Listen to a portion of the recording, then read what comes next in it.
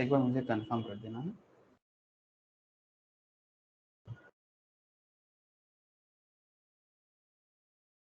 हुआ है ना रिकॉर्डिंग स्टार्ट? है सर। ओके। अच्छा sir, good evening sir, again sir good evening सबको फिर से। अच्छा, फाइनेंशियल मैनेजमेंट में आज हम लोग क्या करेंगे सर? आप लोग अगर लास्ट वीक वाला जो क्लास था, मतलब लास्ट वीक वेडनेसडे वाला, उसमें हम लोगों ने लेवरेज का क्वेश्चन सोचा था करेंगे प्रैक्टिस के लिए। ऐसे लेवरेज का जो कॉन्सेप्ट था ओवरऑल वो हम लोग कर लिए, ठीक है। कुछ क्वेश्चन, एक दो क्वेश्चन भी किए, मतलब कंप्लीट क्वेश्चन भी किए, और कुछ क्या बोले सर, शॉर्टकट क्वेश्चन जैसे होते हैं, ठीक है, मतलब 2-3 मार्क्स का क्वेश्चन, 4 मार्क्स का क्वेश्चन, एक लंबा क्वेश्चन भी कुछ किए हम लोग, ठीक है। मतलब बड़ा क्वेश्चन जिसमें DOL, DFL, DCL ये सब कैलकुलेट करना। और उससे उसके साथ साथ जब हम लोग कॉन्सेप्ट बिल्ड कर रहे थे, ठीक है, मतलब फ्रॉम सेल्स से लेके EPS तक, मतलब लेवरेज क्या है? लेवरेज इज अ रिस्क, आप सबको पता है। लेवरेज इज अ बिजनेस का risk, financial risk, operational risk. Operational risk लेने के कारण बिजनेस में क्या क्रिएट होता है सर? Operating leverage. लेवरेज का दूसरा नाम है रिस्क। और ऑपरेशनल रिस्क लाइक बिजनेस करोगे तो फिर डिप्रिसिएशन होगा, है ना, मतलब एसेट यूज करोगे तो उसका डिप्रिसिएशन होगा, एसेट यूज करोगे तो उसका रेंट भी देना पड़ सकता है ना, जो मैंडेटरी है। आप कोई एसेट यूज करोगे तो उसका रेंट जो है वो आपके लिए एक ऑब्लिगेशन है, ठीक है। तो रिस्क क्या होता है सर? रिस्क वही होता है जो आपका ऑब्लिगेशन भी होता है। रिस्क किस बात का? मतलब हम लोग डरते हैं ना बहुत नॉर्मली, है ना, ये बहुत रिस्क है, बहुत रिस्क है। रिस्क किस चीज का? वो तो बेसिकली लुट जाना, हाँ, लुट जाने की डर है। कोई कोई लोग होते हैं जो मतलब रिस्क को जीत लेते हैं। मतलब रिस्क जीतना कैसे होते हैं? ये तो फाइनेंशियल एरिया है, नॉर्मल भी लाइफ में भी बहुत सारे रिस्क होते हैं।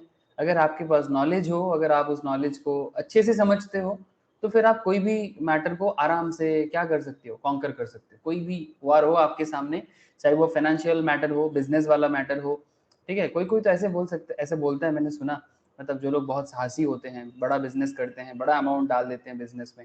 आज का अगर अंबानी देख लो, बम्बानी देख लो, अदानी देख लो, जो भी, हाँ, मतलब ये लोग पैसा डाल देते हैं बिजनेस में, और फिर क्या करते हैं सर? बिजनेस को बनाते हैं। मतलब आधा से ज्यादा, मतलब 99% लोगों का सोच ऐसा होता है कि पैसा चला गया, और उनको क्या लगता है अब तो बस पैसा को क्या करते हैं वो लोग जैसे पेड़ को, पौधा को क्या करते हैं, मिट्टी के अंदर डालते हैं, उसके बाद पौधा बड़ा होता है। तो वो लोग एक्चुअली पैसा को उस तरह का पौधा के अंदर डाल देते हैं, मिट्टी के अंदर पौधा की तरह, और फिर उसमें से फूल फल एकदम उगता जाएगा। ये एक मतलब क्लासिक, मतलब जो क्लासिक बिजनेसमैन हो या फिर वर्ल्ड क्लास मॉडर्न बिजनेसमैन हो, इनका ये फीलिंग होता है सर इनके अंदर। तो रिस्क टेकिंग पावर जो होता है ना, वो यहीं से आते हैं। बट क्वेश्चन इज दैट, क्या रिस्क आप मतलब अंधाधुन रिस्क लोगे क्या? मतलब हम लोग बंगाली में बोलते हैं ना सर, आंथाबड़ी। आंथाबड़ी समझते हो? मतलब आंख बंद करके रिस्क ले लोगे क्या, या फिर कुछ कैलकुलेटिव रिस्क भी लोगे? तो अगर फाइनेंशियल रिस्क को कैलकुलेटिव करके लेना है तो लेवरेज उसमें आपको बहुत हेल्प करता है, ठीक है। तो आज मैं आपको कुछ ऐसा क्वेश्चन सॉल्व कराऊंगा जो आप लोगों को मैंने होमवर्क भी दिया था। अगर किसी ने होमवर्क सॉल्व किया अच्छा बात है, नहीं किया तो भी कोई प्रॉब्लम नहीं, क्लास वर्क में हो जाएगा। लेकिन आज होमवर्क करने के साथ साथ कुछ एनालिटिकल एरिया भी जाएंगे सर लेवरेज में। मतलब क्वेश्चन में ही आपको एक्चुअली पूछते हैं कि भाई इसका एनालिसिस बताओ कि बिजनेस को क्या करना चाहिए और बिजनेस को क्या नहीं करना चाहिए।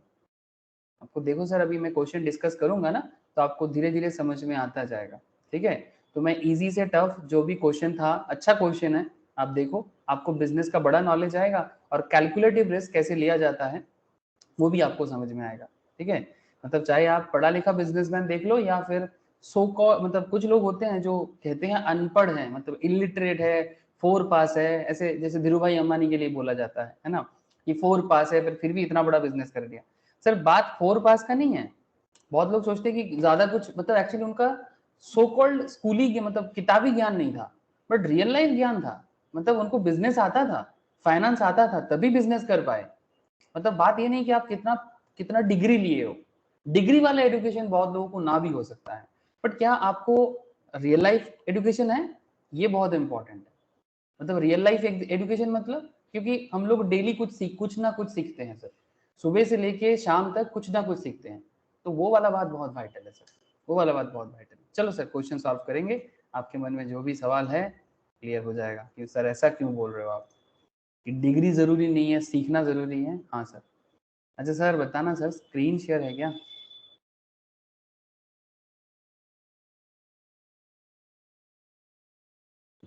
स्क्रीन शेयर है क्या, बोलो ना।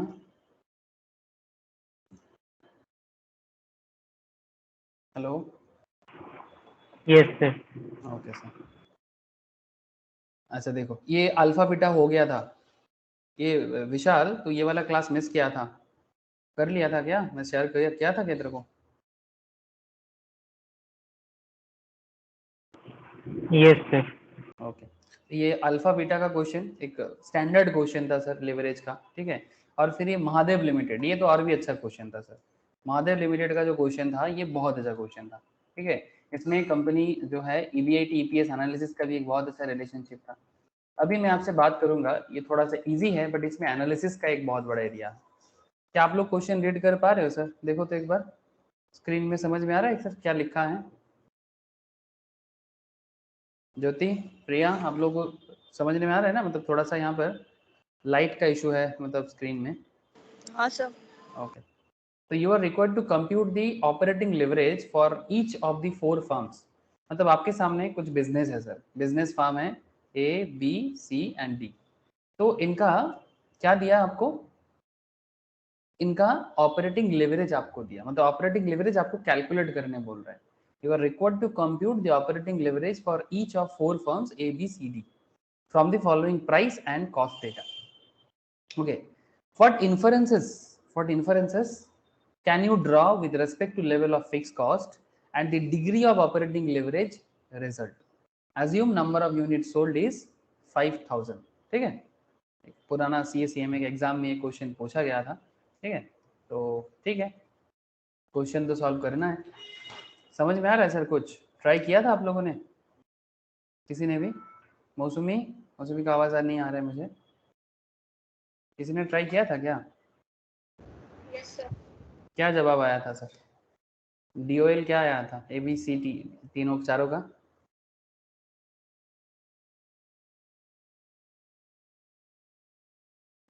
सर दो फर्म का पॉजिटिव DOL है और दो का नेगेटिव। 2 का पॉजिटिव है, 2 का नेगेटिव है। चलो बढ़िया है। फिर भी एक बार आंसर बताओ क्या आया था? DOL फर्म ए का -7 वेरी गुड सर। और फर्म बी का 2, ओके फर्म सी -3 ओके और डी का 1। ओके, वेरी गुड सर, सभी सही बोला आपने। ए का, बी का, सी का, डी का। ए का आंसर आया था, आया आपका -7, बी का +2, सी का -3 और डी का +1। क्या बाकी सभी का ऐसा आंसर है जो लोगों ने ट्राई किया घर पे? हाँ, मौसमी या विशाल, आप लोगों ने ट्राई किया क्या? क्या रे? नहीं सर? ओके। तो ऐसे ज्योति ने किया, ज्योति का सही हुआ है। प्रिया, ट्राई किया आपने? ओके ठीक है, देखो सर, ठीक है, ट्राई किया नहीं किया कोई बात नहीं, बट ज्योति का आंसर सही है। बट ज्योति थोड़ा मुझे हेल्प करो, मैं थोड़ा सॉल्व करता हूँ, ठीक है। और क्वेश्चन का इन्फरेंसेस जो है ये बहुत जरूरी है sir. What inferences can you draw with respect to level of fixed cost and the degree of operating leverage result? ये DOL का जो भी रिजल्ट आया ना, इससे आपको कुछ एनालिसिस रेडी करना है, ठीक है। तो वो एनालिसिस रेडी करने से पहले मैं एक बार आप लोगों के साथ क्वेश्चन का जो सोल्यूशन है वो शेयर करूंगा, ठीक है। तो चलो चलो सर सॉल्व करते हैं। ये तो आंसर मिल गया, बट सॉल्यूशन करते हैं सर। ये क्वेश्चन नंबर 3 वाला जो था वो वाला, ठीक है। क्वेश्चन क्या है? अच्छा क्वेश्चन तो पता है। तो मेरे पास फार्म, पहले क्या करेंगे सर, थोड़ा प्रेजेंटेशन जैसे करते हैं। एक पर्टिकुलर बना लेंगे, एक पर्टिकुलर बना लेंगे और बाकी जो फार्म है हमारे पास उस फार्म का कॉलम बना लेंगे। तो क्या क्या फार्म है सर? ए फार्म, बी फार्म, सी फार्म और डी फार्म, ठीक है। तो पर्टिकुलर में आ जाएगा आपका। अच्छा, इसमें कंपनी का डेटा दे के रखा है, तो मुझे प्लीज़ हेल्प करना सर। अगर सेल प्राइस पर यूनिट आपको पता है, if you know the sale price per unit and variable cost per unit और fixed operating cost you also know, हाँ सर। फिक्स्ड ऑपरेटिंग कॉस्ट भी अगर आपको पता है तो क्या आप बता सकते हो सर कि इसका कंट्रीब्यूशन पर यूनिट कितना होगा? हाँ दे बोलो ना। सेल प्राइस पर यूनिट आपको पता है? हाँ सर देखो, आपको वेरिएबल कॉस्ट पर यूनिट भी पता है, तो कंट्रीब्यूशन पर यूनिट कितना होगा?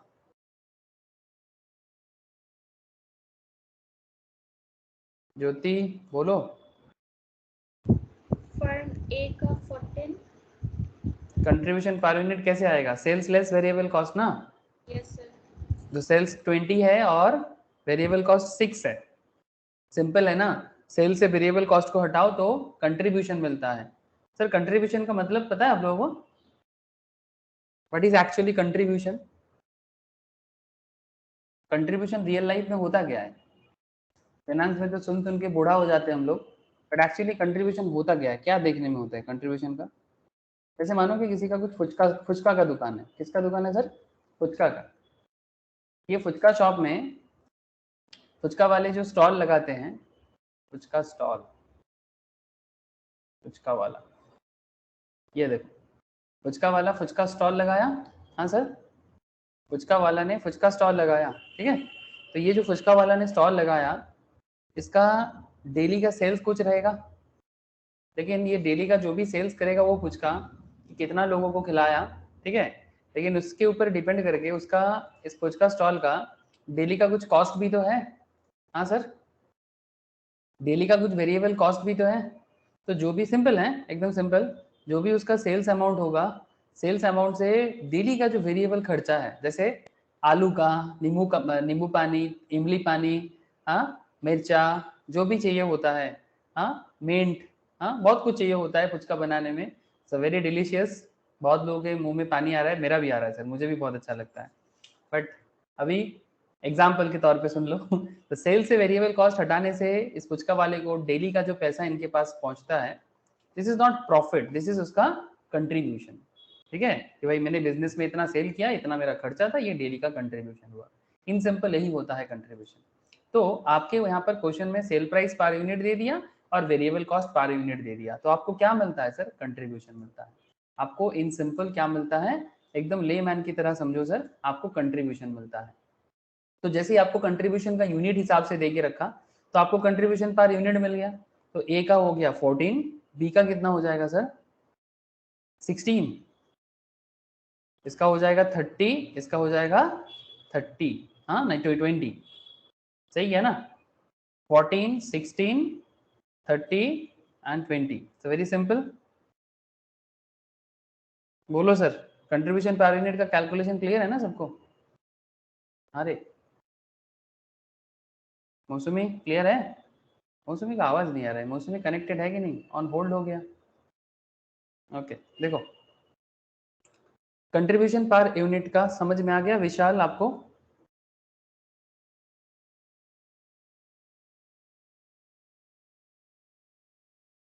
अब आउटपुट बताना सर, आउटपुट का क्या बोला?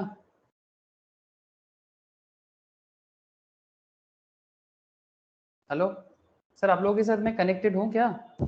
Yes sir. ओके, तो कितना कितना सोल्ड कर रहे हैं वो, उसके बिजनेस में कितना सेल हो रहा है?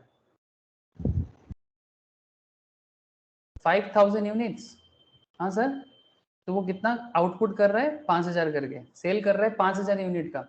तो कंट्रीब्यूशन पर यूनिट 14 करके है ए का, बी का 16, सी का 30, डी का 20, और उसका सेल है, आउटपुट है 5000 करके।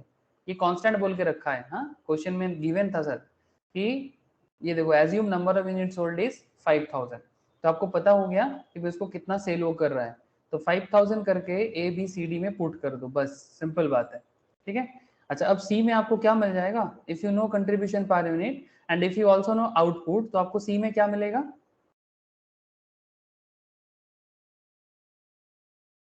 कंट्रीब्यूशन, हाँ सर, ए इंटू बी करके मिलता है। अच्छा एक चीज मैंने आप लोगों को पहले भी बोल के रखा था कि ये जो ए बी सी डी का खेल है ना, ये आप लोग बहुत अच्छे से समझना, क्योंकि ये इस तरह का क्वेश्चन करने में बड़ा हेल्प करता है। तो इसलिए ए बी सी जो भी है, आप पॉइंट आउट सही करना, बिकॉज किसके साथ किसको इंटू करके क्या मिल रहा है, ये आपको बहुत हेल्प करता है क्वेश्चन सॉल्व करने में। तो ज्योति कितना हो जाएगा कंट्रीब्यूशन पर यूनिट और आउटपुट इंटू करके ओवरऑल कंट्रीब्यूशन कितना हो जाएगा? ए का 70,000, बी का 80,000, हाँ 1,50,000 1,50,000 and 1 lakh. And 1 lakh. Very good sir, ठीक है सर। बाकी किसी का मुझे साउंड नहीं आ रहा है। अच्छा डी, डी में आपको पता है ना क्वेश्चन में कि उसका फिक्स्ड ऑपरेटिंग कॉस्ट कुछ है।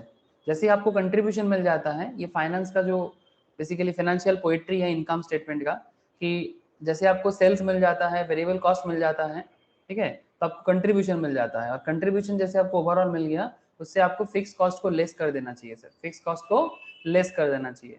तो जैसे आप फिक्स कॉस्ट लेस करोगे, इसका ए का 80, बी का 40, सी का 2 लाख एंड डी का नील, ठीक है, तो आपको मिल जाएगा, क्या मिल जाएगा?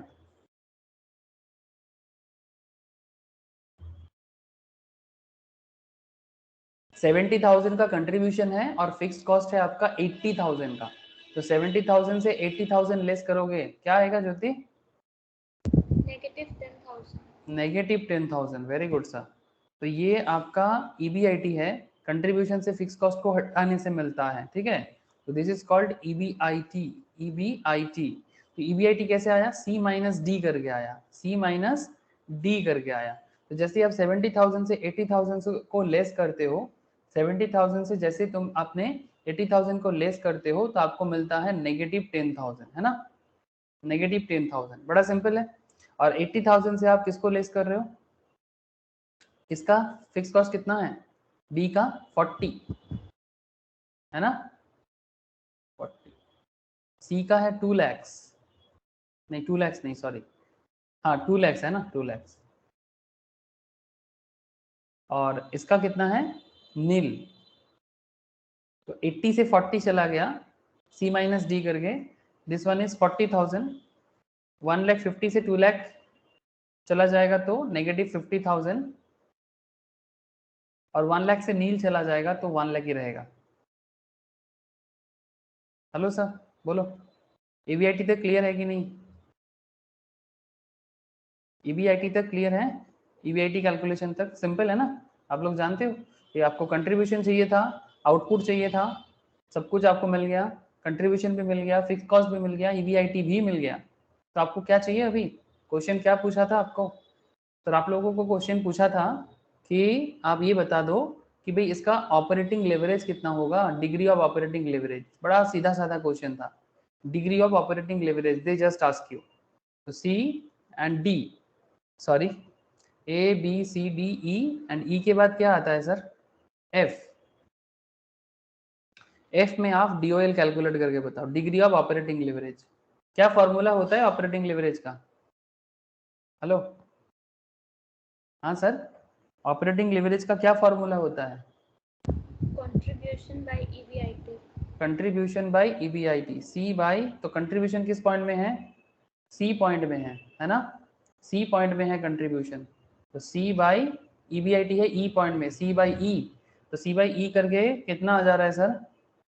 70,000 बाई 10,000, 70,000 पॉजिटिव, 10,000 नेगेटिव, क्या हो जाएगा? -7, जो थी ऑलरेडी बता के रखा था मुझे। अच्छा, इधर 80,000 का कंट्रीब्यूशन, 40,000 का EBIT, ये हो जाएगा 2। अच्छा, इधर 1,50,000 का कंट्रीब्यूशन और इधर 50,000 का नेगेटिव EBIT, तो नेगेटिव के साथ टकराएगा तो नेगेटिव ही होगा, तो 3। और इधर आपका 1 लाख बाई 1 लाख, तो अल्टीमेटली ये हो गया 1। ये जवाब तो मुझे ज्योति से पहले ही मिल गया था, लेकिन मैं एक बार आपसे पूछना चाहूंगा सर, ये तो हो गया DOL। अब सवाल ये उठता है कि सर ये DOL 7, -7, DOL 2 positive, DOL -3 and DOL 1 का क्या मतलब निकालोगे? हाँ सर, बात कुछ समझ में आ रहा है? एज ए फाइनेंस मैनेजर आपके लिए अभी चैलेंजिंग फैक्टर क्या है? कैलकुलेशन तो हो गया, बट इसके ऊपर बेस करके आपको इन्फरेंस करना पड़ेगा। What inferences can you draw with respect to levels of fixed cost and the degree of operating leverage results? समझ में आया कुछ? अरे मुझे किसी का आवाज नहीं आ रही सिवाय ज्योति का। क्या बाकी लोग है या गायब हो गया?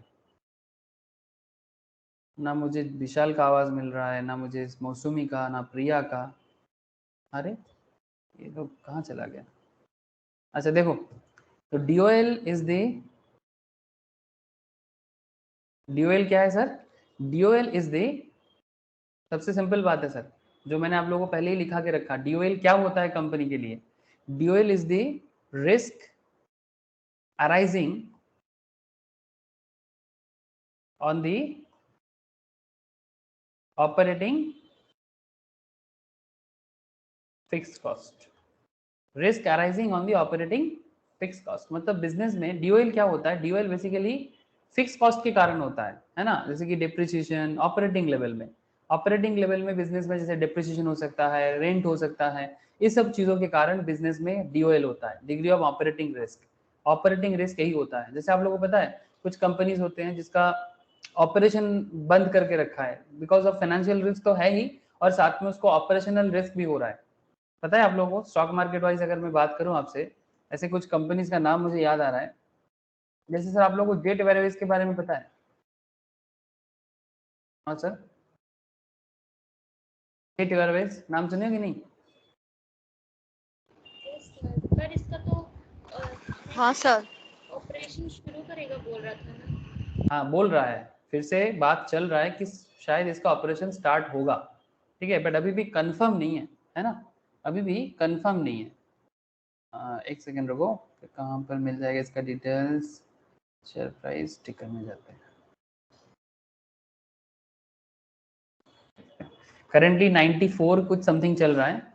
लास्ट 5 इयर्स में इसका बिजनेस में क्या सिचुएशन हुआ है आप एक बार देख सकते हो, है ना। देखो सर, ये financial management is all about क्या? Financial management is all about real life financial world, और रियल लाइफ फाइनेंशियल वर्ल्ड मतलब स्टॉक मार्केट। इसीलिए मैं स्टॉक मार्केट और फाइनेंशियल मैनेजमेंट को आपको हमेशा बताता रहता हूँ कि कनेक्ट करते हुए चलो, आपको बड़ा हेल्प मिलेगा। ये चल क्या रहा है भाई, ये क्या हो रहा है भैया, ये क्या हो रहा है। ये देखो सर, क्या हुआ लास्ट 5 साल में इसका बिजनेस में काफी प्रॉब्लम क्रिएट हुआ, है ना। एक जमाने में 5 साल पहले का अगर मैं बात करूँ, 5 साल नहीं जाना है, 2018, 3 इयर्स बैक, है ना, हार्डली 3 इयर्स बैक इसका एक शेयर का प्राइस चल रहा था 870 करके सर, 807 870 तक गया हाईएस्ट लेवल में। दिखाई दे रहा है क्या आप लोगों को? अरे क्या दिखाई दे रहा है? और अभी उसका, उसके बाद इसका स्टॉक जनवरी 20 के आसपास ऑलमोस्ट 2015 तक चला गया था सर, मार्च 18 में। लेकिन क्योंकि फिर से एक मार्केट में इसके बारे में आवाज चल रहा है कि शायद फिर से ये स्टॉक, मतलब ये कंपनी फिर से अपना रन चालू करेगा, ठीक है। तो ऐसे देखो, इसका डेटा सारा का सारा डेटा भी है नहीं, ठीक है, इंट्रिंसिक वैल्यू के ऊपर कुछ डेटा है नहीं, रिटर्न कुछ अभी कुछ है नहीं, एंट्री पॉइंट्स बोल रहे कोई कोई हाँ ले सकते हो, बट फिर भी मतलब प्रॉपरली कुछ रीजंस अभी भी नहीं है, तो एनालिस्ट भी थोड़ा चुप है। जिसका अगर फाइनेंशियल एरिया अगर आपको दिखाया जाए, इसका फाइनेंशियल एरिया अगर आपको दिखाया जाए, आपको थोड़ा समझ में आएगा। इसका मेन जो प्रॉब्लम क्रिएट हुआ ना सर, कि ये इसका बिजनेस बेसिकली ऑपरेटिंग रिस्क में पड़ गया, ठीक है। आप फाइनेंस में देख सकते हो इसका फाइनेंशियल डेटा चेक करके। ये देखो सर, इसका टोटल रेवेन्यू मतलब सेल्स, ठीक है, इसके बाद बाकी जो ऑपरेटिंग रिस्क का जो मेन है, ट्रेड डिप्रिसिएशन वगैरह जो भी आता है, वो सब माइनस करने के बाद इसका डिप्रिसिएशन अमोर्टाइजेशन लेके earning before interest tax depreciation and amortisation 745 crore का, 18 का बात कर रहा हूं मैं, हाँ। फिर आया आपका वो सब जाने के बाद 124 करोड़ का, मतलब आप समझ रहे हो सर, मतलब डिप्रिसिएशन अमोर्टाइजेशन ये सब चीजों में, मतलब ऑपरेटिंग रिस्क में कितना अमाउंट उसका ऑपरेशनल खर्चा है उसका। फिर जाके उसको मिला EBIT। EBIT से जो इंटरेस्ट और टैक्सेस देने के बाद प्रॉफिट का सिचुएशन देख पा रहे हो सर, 2018 में इंटरेस्ट एंड टैक्सेस देने के बाद उसके पास क्या पड़ा हुआ है? 724 करोड़ का नेगेटिव हालत, ठीक है। मतलब हाथ में कंपनी के पास कुछ नहीं बच रहा है। It's not a good sign. ये अगर सालों भर चलता जाए, जैसे नेक्स्ट ईयर देखो आप, कंपनी सेल किया, मतलब सेल्स का अमाउंट है 23,000 करोड़ का, बट कंपनी का EBITDA बढ़ गया सर 4,111 करोड़ का नेगेटिव, हाँ लॉस। फिर PBIT हो गया 4,554 करोड़ का नेगेटिव, ठीक है, लॉस है। PBT हो गया इसका 5,000 मतलब 5,500 करोड़ का, पीबीटी, मतलब हाथ में 5,500 करोड़ का लॉस है, ठीक है, प्रॉफिट बिफोर टैक्स नेगेटिव। उसके बाद कंपनी अपना ऑपरेशन बंद कर दिया 2019 मोस्ट प्रोबेबली, उससे उसी टाइम पे मोस्ट प्रोबेबली ऑपरेशन बंद किया, बिजनेस बंद नहीं किया, ऑपरेशन बंद किया। उसके बाद ये 2008-41 का लॉस, अभी रिसेंटली देखो सर फाइनेंशियल कंडीशन काफी रीचेक करके 152 करोड़ का लॉस, 2841 से 152 करोड़ का लॉस। आप चाहो तो इसका और थोड़ा रिसर्च सर्वे कर सकते हो, ठीक है, क्योंकि अगर कंपनी स्टार्ट फिर से करेगा तो ये कंपनी इन्वेस्टमेंट करने लायक है। हाँ सर, अगर कंपनी फिर से स्टार्ट करेगा तो ये कंपनी फिर से आपको बहुत प्रॉफिट देगा। करेंटली 94 कुछ समथिंग चल रहा है, ठीक है, तो आप बैलेंस शीट वगैरह देखो, कैश फ्लो देखो, और सबसे बड़ी चीज आप कंपनी का जो भी, ऐसे तो 18 तक ही इसका डेटा है और इन्वेस्टर प्रेजेंटेशन नवंबर 20 का है, उसके बाद और कुछ हुआ नहीं है, ठीक है। तो आई होप यू अंडरस्टैंड कि बिजनेस का ऑपरेशनल रिस्क किस लेवल में रहता है, बिजनेस का ऑपरेशनल रिस्क किस लेवल में रह सकता है। कंपनी बंद नहीं हुआ सर, बट इसने अपना ऑपरेशन बंद करके रखा। गुड एग्जाम्पल आपको लिवरेज समझाने के लिए। हाँ सर, कुछ समझ में आ रहा है आप लोगों को? हेलो, कुछ समझ में आ रहा है कि क्या चल रहा है सर? Yes sir. तो ये जो DOL -7, DOL 2, DOL 3, DOL 1, क्या करोगे इसका? अचार डालोगे क्या? अरे नहीं सर, अचार नहीं डालना है। अब देखो सर, इस तरह से कंपनी किस तरह से इसको समझता है, ठीक है। तो देखो, DOL is the risk. DOL क्या है sir? Degree of operating leverage क्या है? Risk arising on the operating fix cost. Business का जो ऑपरेटिंग फिक्स कॉस्ट है, आप समझ गए ना, operating fix cost like business का जो भी रेंट वगैरह हो सकता है, डेप्रिसिएशन, अमोर्टाइजेशन वगैरह हो सकता है, ठीक है। तो वो सब जो खर्चा है बिजनेस में, वो खर्चा बिजनेस के लिए ऑपरेटिंग फिक्स कॉस्ट में काम आता है। और ऑपरेटिंग फिक्स कॉस्ट अगर आपका खर्चे में बहुत ज्यादा होते जाए, चाहे वो कैश, मतलब कैश वाला हो, नॉन कैश वाला हो, आपके लिए तो प्रॉब्लम बढ़ता जाता है सर, ठीक है। अगर आपके बिजनेस में आमदनी नहीं है और खर्चा होते जाएगा तो मुश्किल बढ़ जाएगा, ठीक है। अगर बिजनेस अपना फिक्स खर्चा उठा नहीं सकता तो बिजनेस के लिए बहुत खतरनाक सिचुएशन है। आप सोचो ना, आपका एक दुकान है और दुकान का रेंट देने में ही आपको प्रॉब्लम हो रहा है, क्या आप दुकान चला पाओगे सर? हाँ सर, अगर आपको दुकान का रेंट देने में ही प्रॉब्लम हो जाता है, क्या आप दुकान चला पाओगे? बोलो ना सर, सिंपल फाइनेंस का सवाल नो सर। है ना। तो बस यही सवाल, यही फाइनेंस करता है काम, एनालिसिस करना कि क्या मेरा बिजनेस चलने लायक है, क्या मेरा बिजनेस बंद करने लायक है, क्या मैं कुछ दिन चुप हो जाऊं, क्या मैं कुछ दिन चुप होकर फिर स्टार्ट करूं, जैसे जेट एयरवेज का मामला है, ठीक है, अभी चुप है, ठीक है, अभी ऑपरेशन भी बंद करके रखा। अच्छा, फार्म डी, जो फार्म डी है हमारे एग्जाम्पल का, जो क्वेश्चन का जो फार्म डी है, इसका सिचुएशन देखो एक बार। Firm D does not have any fix cost. क्या आपने गौर किया? क्वेश्चन भी देखो, फार्म डी का कोई फिक्स कॉस्ट नहीं है, फिक्स्ड ऑपरेटिंग कॉस्ट इसका नील है। देख पाए सर आपने? क्योंकि इसका फिक्स्ड कॉस्ट नील है, और यही रीजन है कि एज फार्म डी, तो लिखना sir, farm D does not have, थोड़ा मतलब पेशेंस के साथ सुन लो पूरा केस, फिर जाके देखना दिमाग में कुछ हलचल चलेगा। अच्छा ये बात है, farm D does not have any FC, any fixed cost, hence hence it's dual, मतलब इसका जो ऑपरेटिंग लेवरेज है ये 1 है, इसका जो ऑपरेटिंग लेवरेज है वो 1 है। समझ में आया सर? क्योंकि इसका कोई फिक्स कॉस्ट नहीं है। लेकिन पॉइंट 2 में चलते हैं। If the firm operates below the operating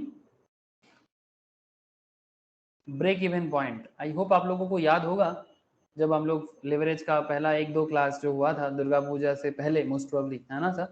the firm operates below operating break even point, its DOL is negative. अगर आप ऑपरेटिंग ब्रेक इवन पॉइंट तक नहीं पहुंच पाते हो तो आपका degree of operating leverage negative में आ जाएगा सर, नेगेटिव में आ जाएगा।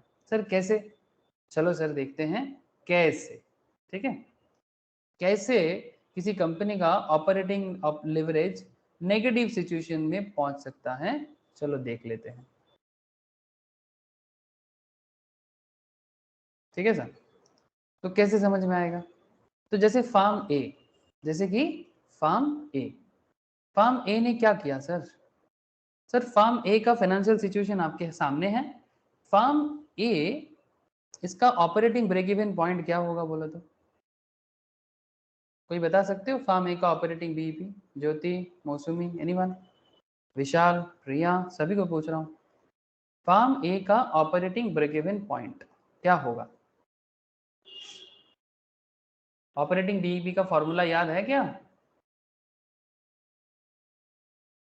कॉपी चेक करो, मिल जाएगा। ऑपरेटिंग ब्रेक इवन पॉइंट का फॉर्मूला,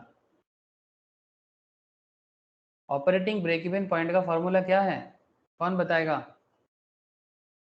5714. 5714 आंसर आ गया। फॉर्मूला बता।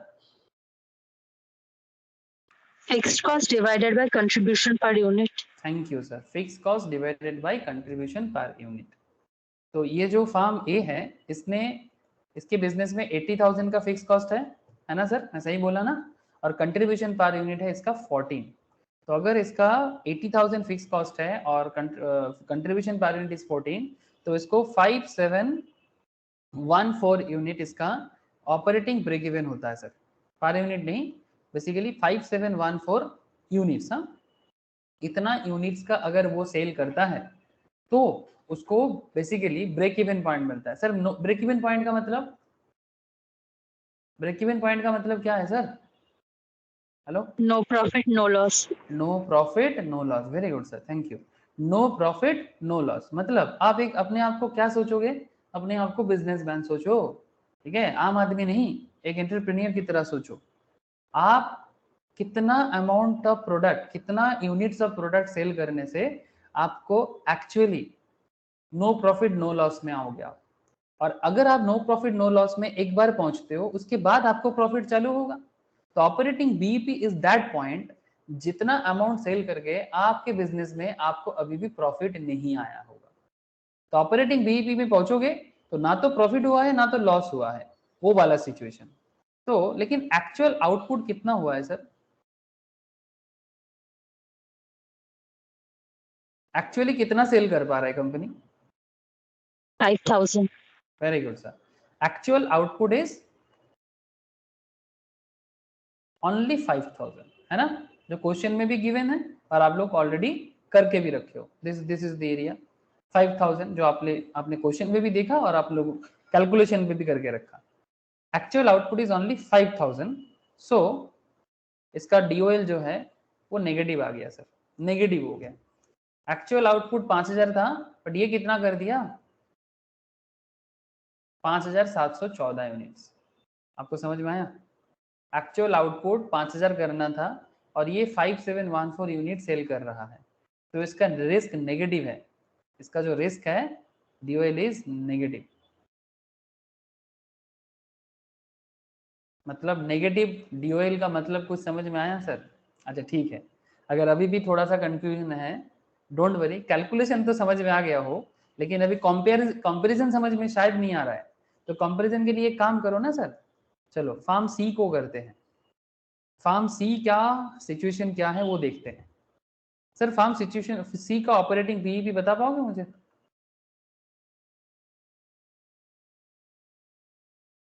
फिक्स कॉस्ट बाय कंट्रीब्यूशन पर 667. 667 है. Okay sir. अच्छा फिक्स कॉस्ट कितना है इसका? 2 लाख। सी का फिक्स कॉस्ट है 2 लाख और कंट्रीब्यूशन पर यूनिट है इसका 30, है ना? कंट्रीब्यूशन पर यूनिट है 30। तो 2 लाख डिवाइडेड बाई 30 करने से आ जाता है 667। तो क्या सिचुएशन हुआ इसका? हाउएवर क्या लिखोगे? However actual output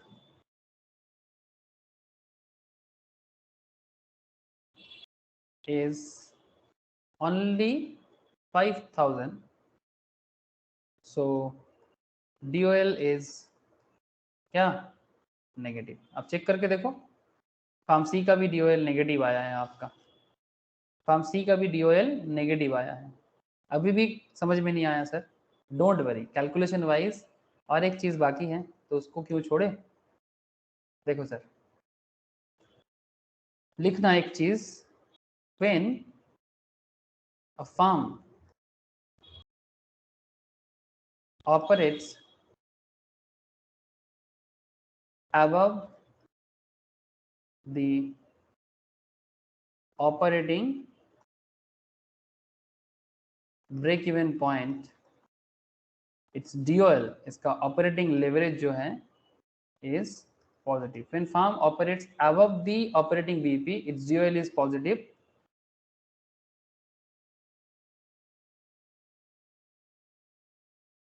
Like firm किसका हुआ है? फर्म बी का. When firm operates above the operating break even point, अगर किसी फर्म का ऑपरेटिंग मतलब DOL पॉजिटिव दिख रहा है, इसका मतलब यह है when firm operates above the operating break even point, its DOL is positive. जैसे कि आप बी के केस में देखा. सर कुछ समझा सकते हो मुझे ये पूरा केस देखने के बाद? फर्म ऑपरेट कर रहा है ऑपरेटिंग ब्रेक इवन के ऊपर. When firm operates above the operating BEP, its DOL is positive like B. तो क्या समझ आ रहा है आपको इस पूरा इन्फ्रेंस में? कौन समझाएगा मुझे? बोलो ना सर, क्या समझ में आया? DOL क्या होता है? DOL is the risk arising on the operating fixed cost. जैसे कि रेंट, डिप्रिसिएशन टाइप ऑफ या अमोर्टाइजेशन टाइप ऑफ खर्चा. क्या बोलता है सर? सर कहता है कि farm D does not have any fix cost. Pharm D का कोई फिक्स कॉस्ट नहीं है. तो जिसका फिक्स कॉस्ट नहीं है उसका रिस्क भी नहीं है. फिर तो रिस्क अगर नहीं है तो वो न्यूट्रल जोन में रहेगा. रिस्क नहीं है तो न्यूट्रल है. तो DOL इक्वल्स टू 1. ठीक है. बोलते हैं कि if firm operates below operating break even point, अगर फर्म ब्रेक इवन पॉइंट के नीचे ऑपरेट करता है तो फिर उसका DOL नेगेटिव होगा. अगर फर्म ब्रेक इवन पॉइंट के नीचे ऑपरेट करता है तो उसका लेवरेज नेगेटिव होगा. ठीक है. और अगर फर्म ब्रेक इवन पॉइंट के ऊपर जाता है तो फिर उसका लेवरेज पॉजिटिव होगा. तो हमारे केस में क्या हुआ है? फर्म ए के केस में आपने देखा इसका ऑपरेटिंग ब्रेक इवन पॉइंट कितना है? 5714. लेकिन एक्चुअल आउटपुट वो कितना कर रहा है? 5000. तो उसको करना कितना चाहिए था ब्रेक इवन पॉइंट पे पहुंचने के लिए? बोलो ना सर. अगर ब्रेक इवन पॉइंट पे पहुंचना था तो कितना यूनिट सेल करना चाहिए था? कुछ समझ में आया कि नहीं आया? अगर बिजनेस को नो प्रॉफिट नो लॉस में पहुंचना था तो उसको 5714 यूनिट सेल करना था. बट बिजनेस एक्चुअल में कितना सेल कर रहा है आप लोगों तो देखा है यहाँ पर? 5000 ही सभी ने किया. तो अगर फर्म 5714 अचीव नहीं कर पा रहा है, इसका एक्चुअल आउटपुट इज ओनली 5000, सो इसका डिग्री ऑफ ऑपरेटिंग रिस्क जो है वो नेगेटिव सिचुएशन में है. ठीक है. It's a negative risk. ठीक है. पॉजिटिव रिस्क नहीं. मतलब आप रिस्क तो लिए बट आपका सिचुएशन अभी भी नेगेटिव ही है. रिस्क तो है बिजनेस में बट ये नेगेटिव रिस्क है. रिस्क तो अच्छा है सर. रिस्क पॉजिटिव रिस्क हो तो ज्यादा अच्छा है. मतलब आप रिस्क लिए पर पॉजिटिव सिचुएशन में हो. आप समझे कि नहीं? हाँ, आप रिस्क लिए पर आप पॉजिटिव सिचुएशन में हो, और अगर आप रिस्क लेके नेगेटिव सिचुएशन में होते हो तो इट्स नॉट स्टैंडर्ड. ये एक्सपेक्टेड नहीं होना चाहिए. ऐसा एक्सपेक्टेशन कोई नहीं करता. लेकिन अगर आप फार्म सी को देखते हो उसका भी सेम बात. उसका ऑपरेटिंग बीईपी है 6667 बट उसका एक्चुअल कितना है? 5000. सो DOL यहाँ पर भी नेगेटिव हुआ है. When firm operates above the operating break even point, अगर कोई firm operating break even point के ऊपर चलता है तभी जाके उसका DOL पॉजिटिव है. जैसे कि आप बी के केस में देख रहे हो. जैसे कि आप बी के केस में दे रहे हो. अब बी का कैलकुलेशन करके देखो एक बार, ये कितना होता है उसका बीईपी. ब्रेक इवन पॉइंट कितना हुआ बी का? एक बार देख के करके बताओगे sir? Fix cost by contribution per unit. B का फिक्स कॉस्ट कितना है? 40,000. 2500. समझ में आ गया सर? इसका बीईपी कितना है देखो एक बार. Fix cost divided by contribution per unit. Fix cost है 40,000 का और कंट्रीब्यूशन पर यूनिट है 16 का ना. अरे सही बोला कि 16 का. तो 16 40,000 डिवाइडेड बाय 16 कितना होता है? 2500. यस सही है सर, 2500. लेकिन उसने कितना सेल किया मार्केट में? 2500 करना चाहिए था ब्रेक इवन पॉइंट पे पहुंचने के लिए. उसका मार्केट में सेल कितना है प्रोडक्ट का, आउटपुट कितना है कंपनी का? हाँ सर, अरे बोलो हाँ ना, कुछ तो बोलो। 5,000। 5,000, तो इसीलिए उसका पॉजिटिव है ऑपरेटिंग रिस्क। मतलब आप रिस्क लेके अगर पॉजिटिव हालत में रहोगे, अच्छा बात है ना सर। जैसे एक एग्जांपल मेरे दिमाग में चल रहा है, फाइनेंस का एग्जांपल नहीं है, थोड़ा अलग एग्जांपल है। पहले एक होता है ना, वो क्या बोलते हैं, पैराग्लाइडिंग, क्या बोलते हैं उसको आप लोग? पैराग्लाइडिंग ही बोलते हैं ना, पैराग्लाइडिंग या पंची जंपिंग इस तरह का होता है ना। हाँ, जैसे मानो ये बंदा ये पैराग्लाइडिंग कर रहा है, क्या लगता है, रिस्क लिया कि नहीं लिया? अरे ये पैराग्लाइड कर रहा है, रिस्क लेके कर रहा है कि बिना रिस्क का कर रहा है? आसान तो है नहीं, it's not a easy task. ऐसे ये पैराग्लाइडिंग से याद आया, एक लड़का है अपना वो जिसका यूट्यूब में बड़ा वो छा गया था, आप लोगों ने देखा उसका यूट्यूब वायरल? अरे वो बहुत गाली गलौज कर रहा था डर के मारे, जानते हो क्या आप लोग? उसका नाम याद नहीं आ रहा है। है सर। हाँ, बड़ा बहुत गाली गलौज कर रहा था, मतलब वो मतलब बहुत गुस्सा हो गया था। जो भी हो, मतलब कहने का मतलब ये है कि आप, सिंपल बात है कि आप रिस्क तो हर चीज में लेते हो, चाहे बिजनेस हो या पैराग्लाइडिंग, है ना। लेकिन अगर रिस्क लेके अगर आप इसका मजा उठा रहे हो, या फिर आपका जो भी सिचुएशन है आसमान पे, अगर ये रिस्क पॉजिटिव सिचुएशन में है, ठीक है, तो अच्छा है ना। आप अच्छे लैंडिंग करोगे, पॉजिटिव लैंडिंग करोगे। लेकिन मानो कि आप पैराग्लाइडिंग कर लिए और उसके बाद आप बोल रहे हो आपका हार्ट अटैक होने वाला है, हाँ सर, तो आपका सिचुएशन क्या है, नेगेटिव सिचुएशन है। मतलब आपको जल्दी जल्दी लैंड कराना है, और लैंड कराने के बाद शायद आपको हॉस्पिटल में भर्ती होना पड़ेगा, है ना। मजा कम ले रहे हो, और ज्यादा आपको बेसिकली, मतलब क्या बोलूं सर, टेंशन ज्यादा हो रहा है, आपको अटैक आ रहा है आपको, है ना। तो वही यही बात है, रिस्क लेके अगर आप उसका मजा लेते हो, इट्स अच्छा बात है। अगर रिस्क लेके आप उसका मजा ना लेके आपका तबीयत खराब हो जाता है या समथिंग लाइक दैट, तो इट्स लाइक दैट। बिजनेस कभी भी वो एक्सपेक्ट नहीं करता है, बिजनेस हमेशा चाहते कि मैं पॉजिटिव रहूं। रिस्क है but positive risk is very मतलब एक्सपेक्टेड, बट अगर रिस्क नेगेटिव है तो उसमें थोड़ा काम करना चाहिए। समझ में कुछ आया सर? इन्फ्रेंसेस समझ में आया? बोलो सर बोलो। विशाल, प्रिया, सभी को पूछ रहा हूँ कि किस तरह से आप अपने बिजनेस का रिस्क मैनेज कर पाओगे। ये एक्चुअली रिस्क मैनेजमेंट का एक बहुत बड़ा पार्ट है सर, लेवरेज। अलग से फाइनेंस, कॉर्पोरेट फाइनेंस का अलग से पढ़ाई करते हैं कोई कोई, तो उनको ये रिस्क मैनेजमेंट के अंदर ये सब चीजें सिखाया जाता है। अरे क्लियर है या नहीं, बोलो सर। ज्योति का आवाज अभी फिर से गुम हो गया। Yes, sir. Yes sir, okay sir, ठीक है। बस आप लोगों को समझ में आ जाए इतना काफी है। लेवरेज का ये जो क्वेश्चन था ना, क्वेश्चन 3, ये बड़ा कुछ अच्छा क्वेश्चन लगता है मुझे, बिकॉज इसमें मैं आपको समझा सकता हूँ कि क्यों लेवरेज करना है। लेवरेज करके मतलब बहुत लोग क्या कहते हैं ना, अरे मेरा डीओएल कितना है, अरे डीओएल 3 है, डीओएल 2 है, अरे क्या मतलब है, डीओएल नेगेटिव है, अरे क्या मतलब है। जब तक मतलब समझ में नहीं आता तब तक बात नहीं बनता सर, है ना। तो वही बात बनना है तो आपको मतलब समझ में आना चाहिए, ठीक है। आप कोई अगर बोलेगा कि नहीं मेरे को तो साइलेंसर बनना है, वो अलग बात। ये मतलब नहीं चाहिए सर, मैं तो हम तो रट लेंगे, तो रटो, ठीक है, तब प्रैक्टिस करने से ही हो जाएगा। अच्छा देखो, उसमें एग्जाम का नैया शायद पार हो जाएगा, बट रियल लाइफ का नैया पार होना आज के डेट में बड़ा मुश्किल है। अच्छा ये अच्छा क्वेश्चन है सर, ये क्वेश्चन करके बताओ मुझे। Calculate the operating leverage, financial leverage and combine leverage, सारे के सारे हैं, हाँ कुछ भी बात नहीं है। Following data under situation 1, 2 and financial plan A and B. वाह, बड़ा अच्छा क्वेश्चन है सर। आपको दो दो सिचुएशन देके रखा है और दो दो प्लान देके रखा है। दो प्लान है, दो सिचुएशन है। आपको समझ में आ रहा है? आप कुछ बिजनेस प्लान कर रहे हो, एक आपका प्लान ए है, एक आपका प्लान बी है, और दोनों प्लान में आपको दो दो सिचुएशन है, एक सिचुएशन 1 है और एक सिचुएशन 2 है। यही यही जगह आपको बेसिकली इस क्वेश्चन में समझना पड़ेगा कि दो प्लान का क्या करे और दो सिचुएशन का क्या करे, दो प्लान का क्या करे और दो सिचुएशन का क्या करे। ये चीज आपको बहुत समझदारी से करना है। अच्छा, इंस्टॉल्ड कैपेसिटी है आपका 4000 यूनिट का, एक्चुअल प्रोडक्शन एंड सेल्स कर रहे हो आप 75% of the capacity, selling price है आपका 30 पर यूनिट, वेरिएबल कॉस्ट है आपका 15 पर यूनिट, फिक्स कॉस्ट है, दीज आर सब 30 और 50 ना, नॉट पॉइंट, हाँ ये सब पॉइंट नहीं।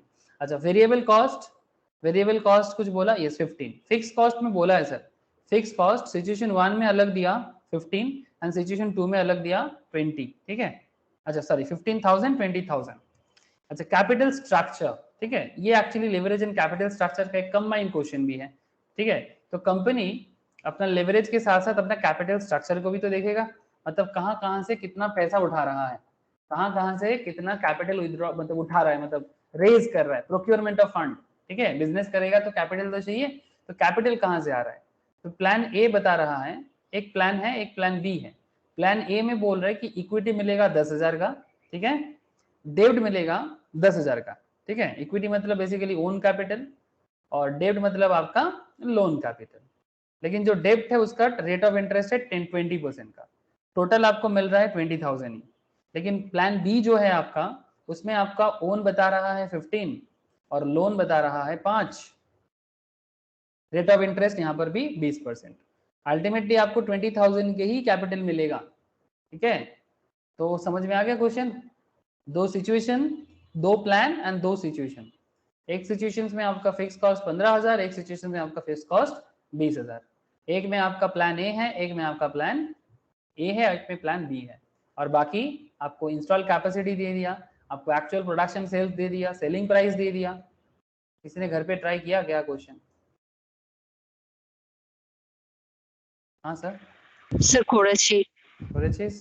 सर सिचुएशन 1 प्लान ए ऐसे करके अलग अलग करने से होगा? सिचुएशन 1 प्लान ए, मैं आपको दिखाता हूँ क्या करना चाहिए था आपको। अगर आपने इस तरह से किया तो बहुत अच्छा है। चलो आप लोग मेरे साथ साथ टैली करते हुए चलो, जिन लोगों ने ट्राई किया। अगर आप ऐसा किए हो तो आपका जवाब एकदम सही है। प्रेजेंटेशन कैसे होगा यहाँ पर, ठीक है, इस क्वेश्चन में प्रेजेंटेशन बहुत वाइटल है। इस क्वेश्चन में presentation is very important, because यहाँ पर आपको एक फ्रेम में इतना सारा सिचुएशंस और प्लान को बेसिकली रखना है। तो एक पर्टिकुलर हो जाएगा और आपका दो सिचुएशन है। अच्छा एक चीज बताओ, प्लान के अंदर सिचुएशन आता है कि सिचुएशन के अंदर प्लान आता है?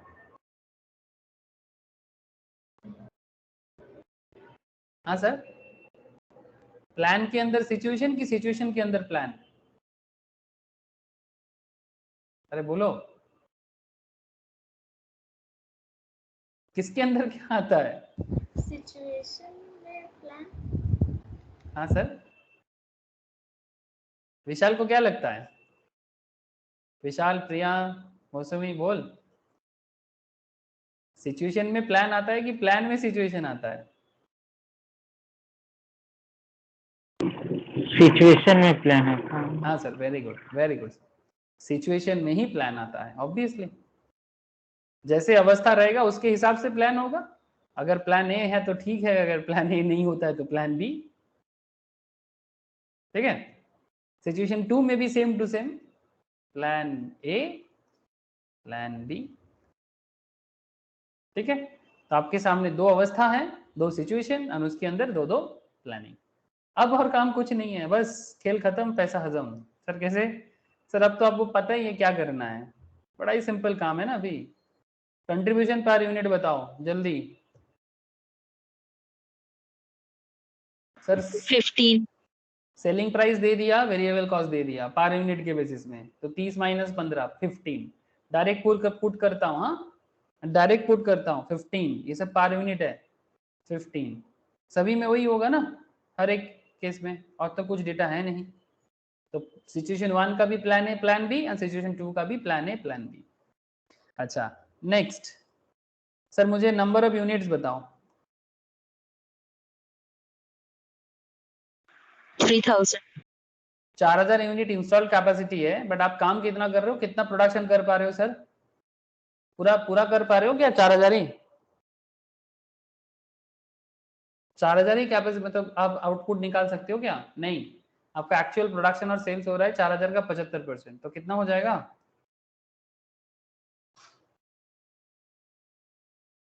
4,000 का 75% 3,000 होता है क्या? 3,000 इन ऑल प्लान, सारा का सारा प्लान में वही होगा, नो चेंज। ठीक है, ओके। पॉइंट सी, कंट्रीब्यूशन कितना होगा फिर, बस इंटू कर देना है, ए के साथ बी को इंटू कर दो, ए इंटू बी कर दो, हो जाएगा 45,000। 45,000 सर, सभी तो वही होगा, yes, all answer are same here and 45,000। Now अब क्या है सर, कंट्रीब्यूशन मिल गया तो फिक्स कॉस्ट चाहिए ना, तो ऑपरेटिंग फिक्स कॉस्ट चाहिए। चलो, ऑपरेटिंग फिक्स कॉस्ट कितना है क्वेश्चन में, देखो सिचुएशन 1 में अलग है, सिचुएशन 2 में अलग है। ओ सर, समझ में आया कि नहीं? सिचुएशन 1 का फिक्स कॉस्ट इज 15,000, सिचुएशन 2 का फिक्स कॉस्ट इज 20,000। तो इस बार क्या हो जाएगा, बदल जाएगा ना सिचुएशन। तो सिचुएशन ए में, प्लान ए में 15,000, प्लान बी में 15,000, है ना। और सिचुएशन बी का, सिचुएशन 2 का, plan A 20,000 and plan B is also 20,000। ये वाला केस क्लियर है sir? Is this area clear? Hello, Yes, sir. अब ईबीआईटी का क्या करे, earning before interest and tax चाहिए आपको, निकाल लो ना, सी माइनस डी करके 30,000, 30,000, this one 25,000, this one 25,000, okay. और ईबीआईटी हो जाता है तो फिर सर अभी इंटरेस्ट का खेल है, ये तो इनकम स्टेटमेंट की पोइट्री है, चाहे आप शेयर मार्केट में देख लो या फिर जहां मन मर्जी देख लो, हर जगह में यही खेल चलता रहता है। खेल वही, बस ग्राउंड थोड़ा अलग, अभी आप प्रैक्टिस कर रहे हो, कभी आप रियल लाइफ में करोगे। तो इंटरेस्ट अमाउंट कितना होगा, कितना होगा इंटरेस्ट, बोलो 2,000, 1,000. कैसे मिला? प्लान ए का 10,000 का 20 किया क्या, और प्लान बी हाँ. में 5,000 का 20 किया, यही ना। बस सर देखो सिचुएशन थोड़ा अलग हो रहा है, प्लान ए में 10,000 का 20% करना, और प्लान बी में, हाँ सर प्लान, हाँ सिचुएशन नहीं, प्लान बी में 5,000 का 20% करना, बस इस तरह से होगा। तो थोड़ा यहाँ पर पजल्ड हो जाओगे, बट कंफ्यूज नहीं होना है। अगर आप पॉइंट पे स्ट्रिक्ट मतलब एकदम कंफर्म होंगे ना, तो फिर कोई प्रॉब्लम नहीं, बिकॉज आप देखो आपके प्लान के हिसाब से चल रहा है। यहाँ पर आपका प्लान है, this is plan A, this is plan B. तो प्लान में क्या है कि फर्स्ट प्लान ए में आपका 10,000 का 20%, तो 10,000 का 20% कितना होता है 2,000, और प्लान बी में 5,000 का 20% इज 1,000। सेम टू सेम इधर 2,000 एंड 1,000। Clear sir? समझ में आ गया इंटरेस्ट कैसे 2,000 1,000 आया, और कैसे पुट हुआ, पुट कैसे हुआ बहुत वाइटल था। Okay, G H E F G, G G PBT आ जाएगा अभी। PBT is very simple sir, E minus F, 30,000 minus 2,000, 28,000, 29,000 sir, 23,000 and 24,000। Sir जो डेटा चाहिए था मिल गया, we collect all the data. अब बस एनालिसिस का एनालिटिकल आंसर चाहिए अभी हमें। एनालिटिकल आंसर लाइक एच में हमें क्या मिलेगा सर, डी ओ एल बताना, आई में आप टी एफ एल बताना, और जे में आप डी सी एल बताना।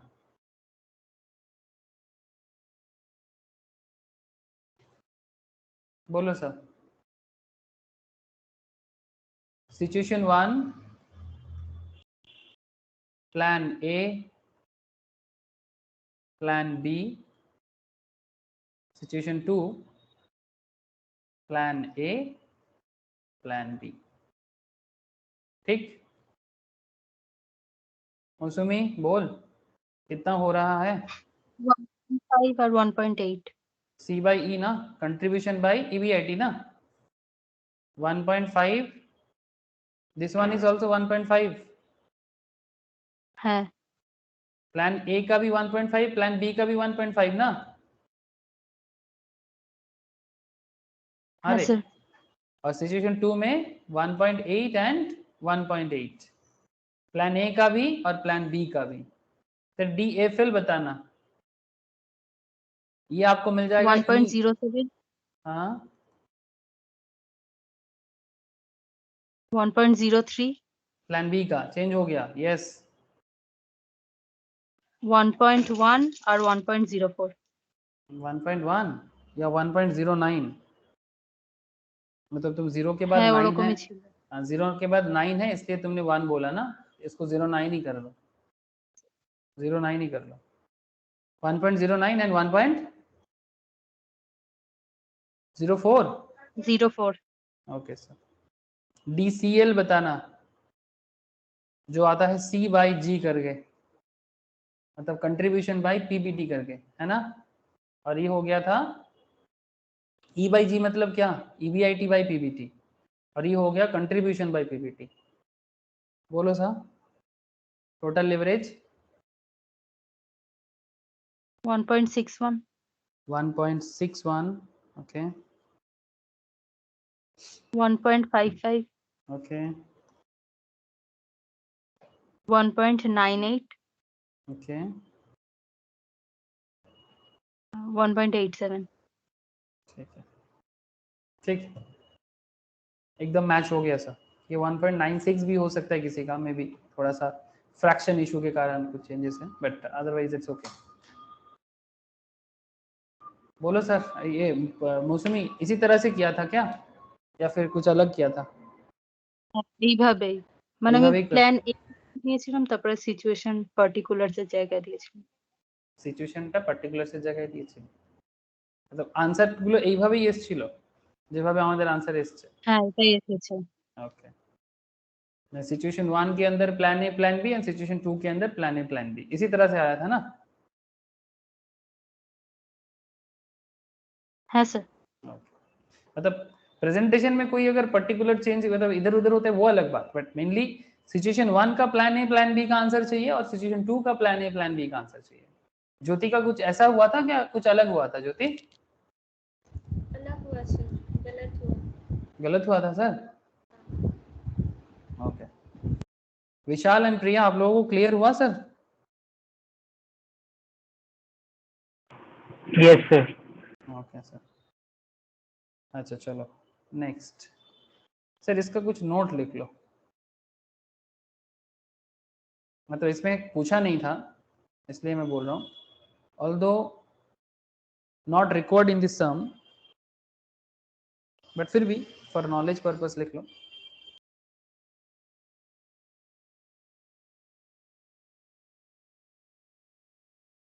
इन्फरेंस, इन्फरेंस क्या निकला? इन्फरेंस ये निकला सर सिचुएशन 1, हेल्प कीजिएगा मुझे। सिचुएशन 1 हैज, सिचुएशन 1 का DOL कम है क्या कंपेयर टू सिचुएशन 2? सिचुएशन 1 का DOL 1.5 है, सिचुएशन 2 का DOL 1.8 है, इससे क्या पता चलता है, बोल पाओगे सर? सिचुएशन 1 में डिग्री ऑफ ऑपरेटिंग लेवरेज कम है, सिचुएशन 2 में डिग्री ऑफ ऑपरेटिंग लेवरेज ज्यादा है, इससे क्या पता चलता है? সিচুয়েশন 1 এর রিস্ক কম सिचुएशन 1 में रिस्क कम है,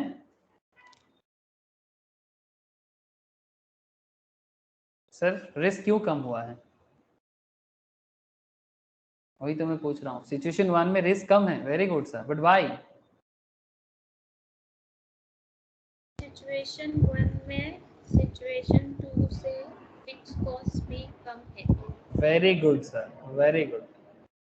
1.5 is lower than 1.8, so degree of operating leverage of situation 1 is lower than situation 2, that is very good sir।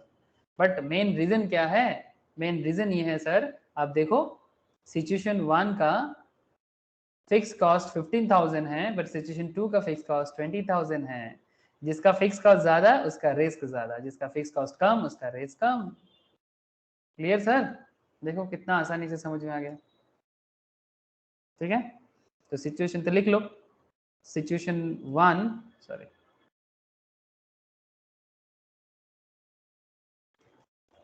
Situation 1 has lower DOL compared to situation 2 because of lower fixed cost. Next, और एक चीज देखो, plan A has higher DFL as compared to plan B because, check करो, plan A has higher DFL compared to plan B. इसका 1.07 है, 09 है, इसका 1.03 है, इसका 1.03 एंड 04। मतलब ये दोनों मैं कलर अलग कर रहा हूँ आपके सुविधा के लिए। ये देखो सर 1.03 एंड 1.04 ये प्लान बी में है, और मैं इसको स्काई कर रहा हूँ 1.07 एंड 1.09 ये आपका प्लान ए का है। इसमें क्या समझ आता है, जिसका फाइनेंशियल लेवरेज अमाउंट कम आ रहा है उसका रिस्क, फाइनेंशियल रिस्क कम है, जिसका ज्यादा हो रहा है उसका ज्यादा है। बट क्यों? Interest expenses. Very good sir, because of, तो क्या लिखोगे, because of higher level of dept, higher level of डेप्ट। जिसका डेप्ट ज्यादा उसका रिस्क ज्यादा है ना, जिसका डेप्ट ज्यादा उसका रिस्क ज्यादा। ये देखो प्लान ए में रिस्क मतलब कितना डेप्ट है 2000, प्लान बी में, प्लान ए में इसका 2000, इसका 1000, इसका 1000। क्लियर हुआ बात? कि फाइनेंशियल रिस्क जनरेट होता है इंटरेस्ट एक्सपेंसेस, प्रेफरेंस डिविडेंड, ये सब चीजों के लिए, और ऑपरेटिंग रिस्क जनरेट होता है sir basically fix cost like rent, depreciation etcetera, amortisations. समझ में आ रहा है सर? तो अगर अगर कभी फ्यूचर में आपको फाइनेंशियल एनालिस्ट का काम करना पड़े किसी भी कंपनी में, तो क्या आप उस कंपनी का फाइनेंशियल एडवाइजर के रूप में उसको एनालिसिस करके बता सकते हो ना कि भाई आपका क्यों रिस्क बढ़ रहा है, कौन सी चीज को आपको कंट्रोल करना है। बिकॉज फाइनेंशियल मैटर जैसे ही समझ में आ जाए तो कंपनी उसको कंट्रोल करने का सोचता है।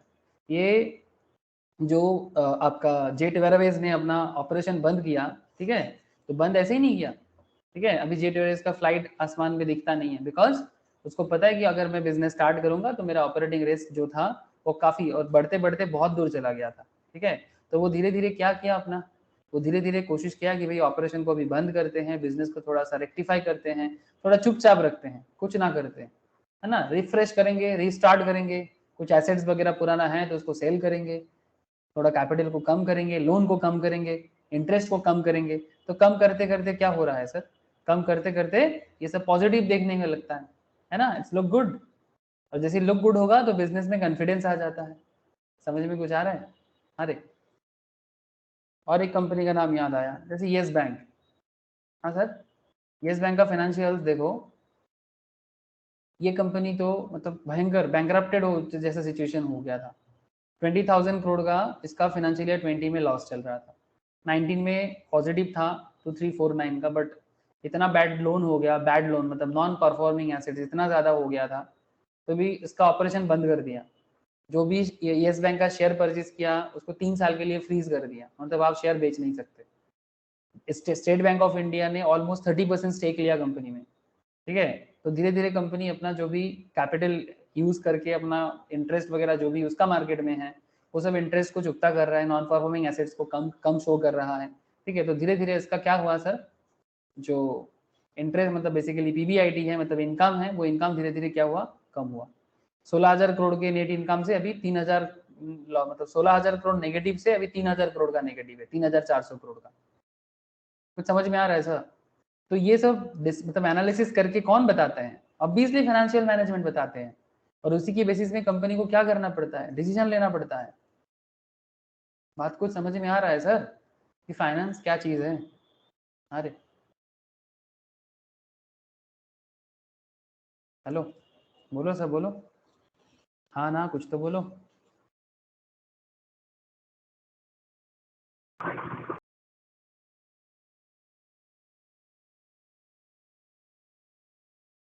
अच्छा और एक केस है सर, सिचुएशन 2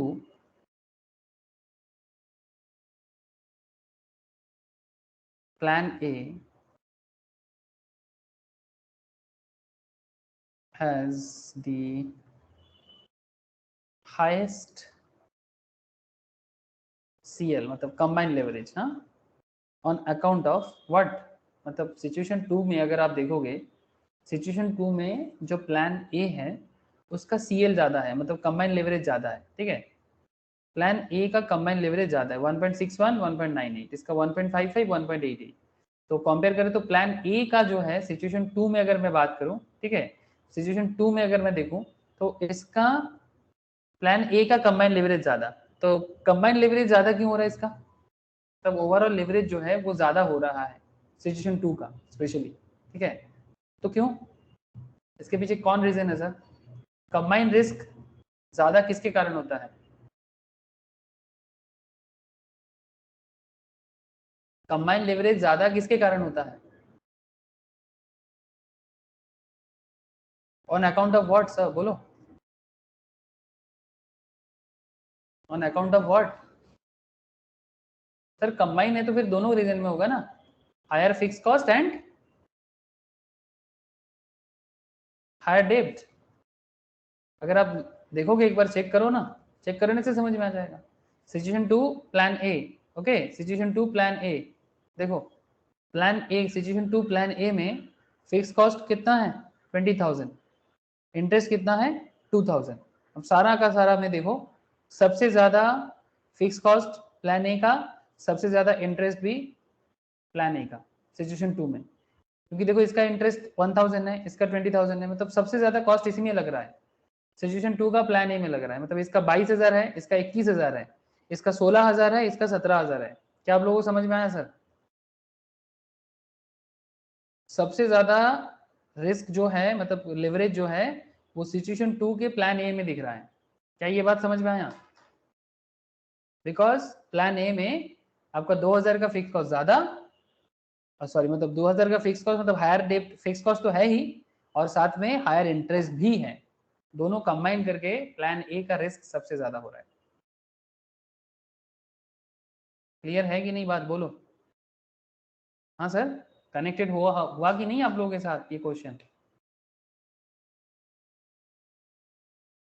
कोई आवाज नहीं है, कुछ तो बोलो, समझूंगा कैसे फिर। Yes sir. समझ में नहीं आ रहा है क्या, मौसमी, ज्योति, बोलो सा, प्रिया, Clear, sir. क्लियर ना। तो आपको ऐसे करना है एनालिसिस, ठीक है, लेवरेज का ही खासियत है सर, लेवरेज आपको बहुत काम आता है, बहुत काम आता है। ओके, और क्वेश्चन है सर, यस और भी क्वेश्चन है, चलो। तो ये अच्छा क्वेश्चन था, ये क्वेश्चन आपको मैंने करने के लिए बोला था, क्वेश्चन 7 दिख रहा है सर, क्वेश्चन 7, क्वेश्चन 7 करके बताओगे क्या, इसका भी आंसर हो गया होगा सबका शायद, इट्स अ गुड क्वेश्चन। मौसमी করেছিস क्वेश्चन 7 বল, হ্যাঁ স্যার, কত কত आंसर এসেছে, DOL হচ্ছে 5, 1.67 আর 2.14। वेरी गुड सर, डीएफएल 2.5, 1.07 আর 1। Very good sir, DCL 12.5, 1.8, 2.14। 12.5 1.8 2.14, yes सही है सर। ये ज्योति आपका हुआ, ज्योति और मौसमी दोनों ने ट्राई किया इसलिए मैं उन्हीं लोगों को पूछ रहा हूँ, इजी क्वेश्चन है, हाँ सर, मैच हो गया। मैच हो गया ना। विशाल और प्रिया को बताऊंगा सर, एक बार मुझे सॉल्व करके शेयर करो एक बार, ये वाला आंसर मैं एक बार लिखा देता हूँ, ऐसे क्वेश्चन में ज्यादा कुछ है नहीं, इजी क्वेश्चन है। Calculate the degree of operating leverage, degree of financial leverage and degree of combined leverage from the following forms and interpret the results, मतलब जो भी होगा उसको इंटरप्रेट कर पाओगे सर, अरे जो भी रिजल्ट आया है उसको इंटरप्रिटेशन भी करने के लिए बोला है क्वेश्चन, मतलब आपको समझ में आया सर? मैं एक काम करता हूँ, मैं इंटरप्रिटेशन कर देता हूँ, हाँ, या फिर आप लोग करके मुझे सेंड करोगे? क्या बोलते हो, बोलो सर। इंटरप्रेट करके मुझे शेयर करोगे क्या कोरे चीज? না কোডে শেয়ার করে দেব। अच्छा, इंटरप्रिटेशन खुद करना सर। हाँ, इतना दो इंटरप्रिटेशन हम लोग अभी इन्फरेंसेस किए, तो आप लोगों को क्या करना है, इस पी क्यू आर तीनों का आंसर निकालना है। डीओएल डीएफएल डीसीएल ये तो आप लोगों को पता हो गया, डीओएल डीएफएल डीसीएल कैसे करना है, ठीक है। विशाल हो जाए अच्छे तो बस ये तीनों Yes, आंसर निकाल के, तीनों आंसर को निकाल के आपको इसका इंटरप्रिटेशन भी देना है, ठीक है। मतलब बेसिकली जैसे हम लोग अभी करके आ रहे हैं, जैसे फार्म पी का क्या है, क्यों इसका रिस्क ज्यादा है कम है, ठीक है, किसके कारण है, फार्म पी का भी बताना है, क्यू का बताना है, आर का भी बताना है, ठीक है। तो आप लोग इस तरह से एक बार मुझे ट्राई करो, ट्राई करके बताओ, मैं कल के क्लास में फिर इसको डिस्कस करूंगा।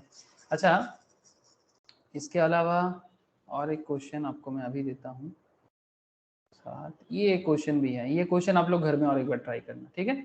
ये भी एक अच्छा क्वेश्चन है, मतलब ये जैसे कि 7 का इंटरप्रिटेशन करने बोला, करके मुझे शेयर करना सर, ठीक है। और ये 8 ये वाला क्वेश्चन, ठीक है, ये वाला क्वेश्चन भी अच्छा क्वेश्चन है। एक बार देखो तो, लाइबिलिटीज एंड इक्विटी साइड आपको एक बेसिकली बैलेंस शीट दे दिया, ठीक है, बैलेंस शीट दे दिया 31 मार्च 2006 का या 2020 जो मिले आपको। इसमें आपको क्या बोला सर, लाइबिलिटी एंड इक्विटी दिया और एक तरफ एसेट दिया, ठीक है। इसमें इक्विटी शेयर कैपिटल क्या बोला सर, देखो 1 करोड़ शेयर ऑफ ₹10 ईच, ठीक है। अच्छा, 1 करोड़ शेयर्स 10% करके कितना हो जाएगा, 10 करोड़ ना। रिजर्व सरप्लस 2 करोड़, ठीक है, सब रुपीज इन करोड़ है। अच्छा, 15% डिवेंचर बोला सर 20 करोड़ का, मतलब बिजनेस ने 20 करोड़ का डिवेंचर लिया जिसका इंटरेस्ट है 15%, ठीक है। करंट लाइबिलिटी है इसका मार्केट में 8 करोड़ का, करंट लाइबिलिटी है मार्केट में 8 करोड़ का, ठीक है। अच्छा, तो फिर आपको 40 करोड़ इधर दिख रहा है, टोटल करो 10 2 12 20, कितना हो गया 20 और 28 40, और इधर इसका फिक्स एसेट है 25 करोड़ का, करंट एसेट है 15 करोड़ का, ठीक है। करंट एसेट और फिक्स एसेट 25 15। आपको कुछ एडिशनल इन्फॉर्मेशन भी दिया है, आपको कुछ एडिशनल इन्फॉर्मेशन भी दिया है। Fix cost per annum excluding 8 crore का इंटरेस्ट, 8 करोड़ के इंटरेस्ट को छोड़ के आपको कुछ एडिशनल इन्फॉर्मेशन भी देके रखा है, ठीक है। जैसे बोला कि variable operating cost ratio 65%, total asset turnover ratio 2.5, income tax rate 40%, income tax rate 40%। क्या पूछा है सर क्वेश्चन, ईपीएस करके बताओ इस कंपनी का अर्निंग पर शेयर कितना होगा, बड़ा अच्छा क्वेश्चन है सर। ऑपरेटिंग लेवरेज बताओ, फाइनेंशियल लेवरेज बताओ, कंबाइंड लेवरेज बताओ। चलो सर अभी सॉल्व करते हैं इसको, हाँ मौसमी ज्योति क्या बोलते हो, अभी सॉल्व करें इसको? Yes sir. यस सर, चलो इसको अभी सॉल्व करते हैं। प्रिया का आवाज नहीं आ रहा है, आई होप आ रहा है, मतलब सुन रहे हो प्रिया। विशाल कर क्वेश्चन, कर क्वेश्चन समझ में आ गया ना?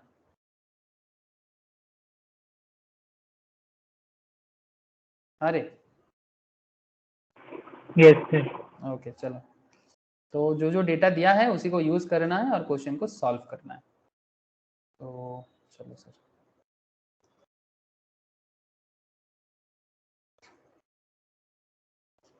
क्या क्वेश्चन का नाम क्या है? कुछ नाम नहीं है, ये कंपनी बोल के पुराना क्वेश्चन है, ठीक है। तो देखो, तो आपको चाहिए एक पर्टिकुलर चाहिए,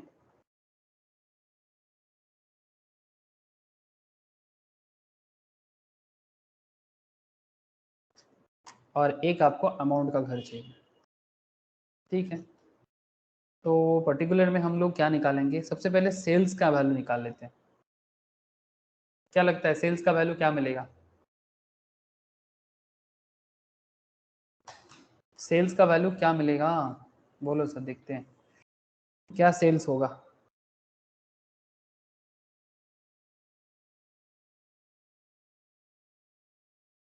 हाँ सर,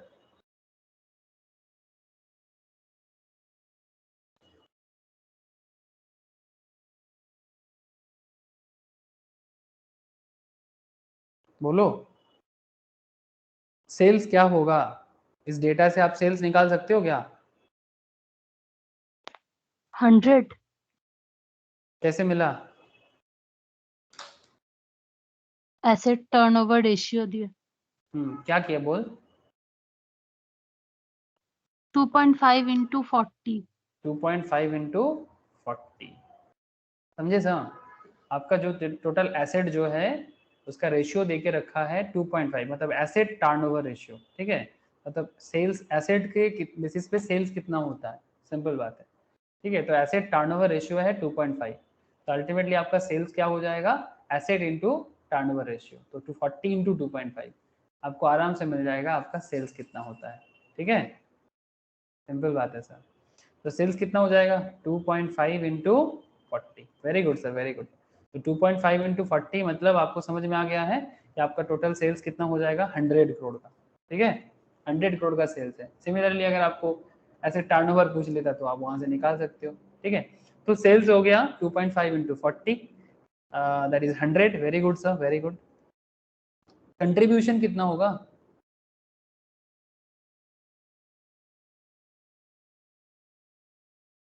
कंट्रीब्यूशन कितना होगा?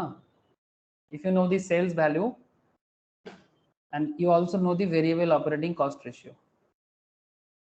so what is the contribution? 35. Very good sir, 35%।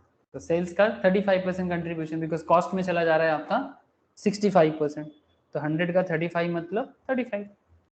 अच्छा, ऑपरेटिंग फिक्स कॉस्ट के बारे में क्वेश्चन कुछ बोला है क्या? ऑपरेटिंग फिक्स कॉस्ट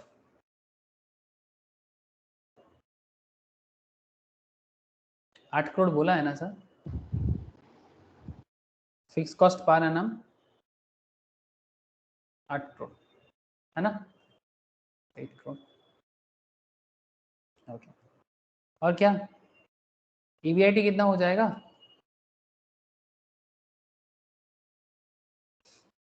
ईबीआईटी कितना हो जाएगा फिर?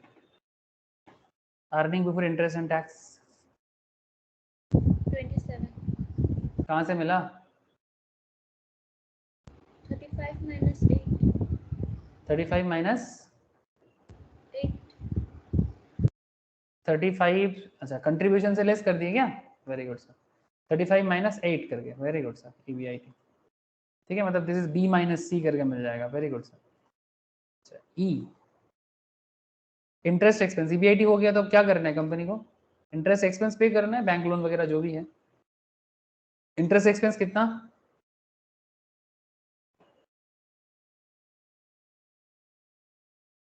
इंटरेस्ट एक्सपेंस कितना?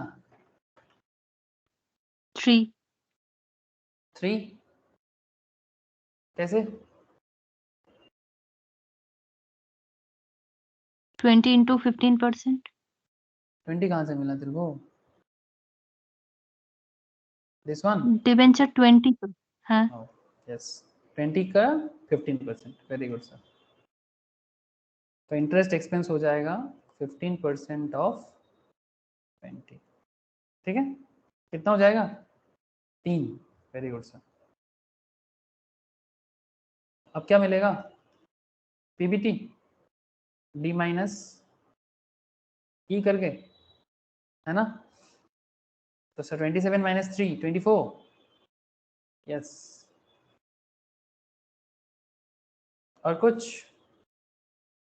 और कुछ चाहिए क्या? बस जो जरूरी था हो गया।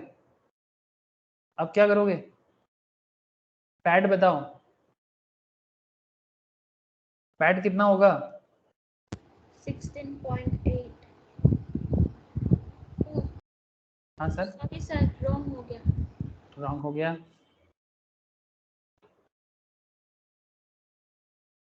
सर। टैक्स है 40% का, है ना? 14.4. Very good sir. तो आप डायरेक्ट कर सकते हो ना, पीबीटी का जो भी वैल्यू होगा एट द रेट ऑफ 60% कर दो, है ना? पैट एट द रेट 60%, मतलब 24 का 60% करने से जितना होगा 14.4 crore. Very good sir. Number of share कितना है?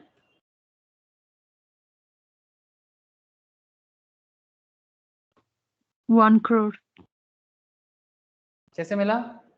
10 करोड़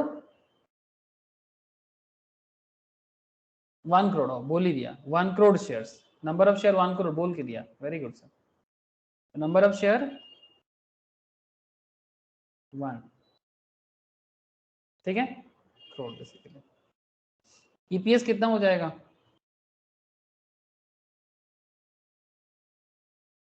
अर्निंग पर शेयर कितना हो जाएगा सर?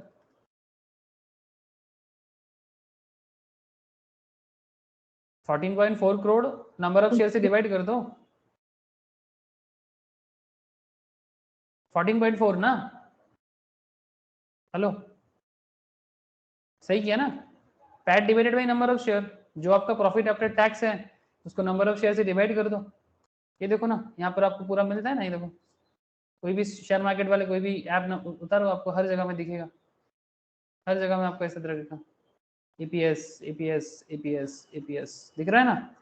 ये जो भी पैट होगा उसे डिवाइड करने से हो जाएगा नंबर ऑफ शेयर से, तो उसके लिए आपको थोड़ा बैलेंस शीट निकालना है, ठीक है, तब मिल जाता है। तब इस तरह से किसी भी कंपनी के डेटा को इस तरह से एनालिसिस कर सकते हो, कंपनी का बैलेंस शीट निकालो रिसेंट ईयर का, ठीक है, और आप किसी भी कंपनी का ईपीएस वगैरह सब एनालिसिस कर लो, लेवरेज एनालिसिस कर लो, okay, you can do it sir. तो प्योर फंडामेंटल एनालिसिस, प्योर, जो लोग स्टॉक मार्केट में इन्वेस्टमेंट करते हो उनके लिए बहुत अच्छा बात है सर। अच्छा, तो और क्या चाहिए? ईपीएस 14.4, और क्या मिलेगा सर? अब डीओएल डीएफएल डीसीएल बोलोगे, और तो कुछ नहीं चाहिए। जे में डीओएल बताओ, के में डीएफएल बताओ, एल में डीसीएल बताओ, DOL DCL DFL. Basically, this one is B by D, contribution by EBIT, as per the course numbering. This one is D by F, that is EBIT by PBT, and DCL matlab contribution by PBT, that is B by F. बताओ sir क्या हुआ? DOL कितना? 1.29. 1.293, okay, 1.3. इसका 1.125. 1.125, very good sir. इसका 1.458. मतलब 1.46, हाँ चलेगा, 458 भी लिखते हो तो कोई दिक्कत नहीं था। हो गया सर, बस यही पूछा था आपको, समझ में आया क्या नहीं? देखो सर, आप किसी भी कंपनी का बैलेंस शीट का डेटा अगर आपको मिल जाए, अब उस कंपनी का ईपीएस निकाल सकते हो, उसका ऑपरेटिंग लेवरेज निकाल सकते हो, उसका फाइनेंशियल लेवरेज निकाल सकते हो, उसका कंबाइंड लेवरेज निकाल सकते हो। बस आपको हाँ कुछ चीज़ें चाहिए कि कंपनी कितना वेरिएबल कॉस्ट करता है, ऐसे टर्नओवर रेशियो अगर ना भी दे तो आप डायरेक्ट सेल्स का वैल्यू निकाल सकते हो। इनकम टैक्स रेट तो पता ही है सर, फॉरेन कंपनी के लिए 40%, इंडियन कंपनी के लिए 30%। हाँ सर, यही सिस्टम चलता है। हाँ, समझ आ रहा है क्या रे? समझ आ रहा है कि नहीं?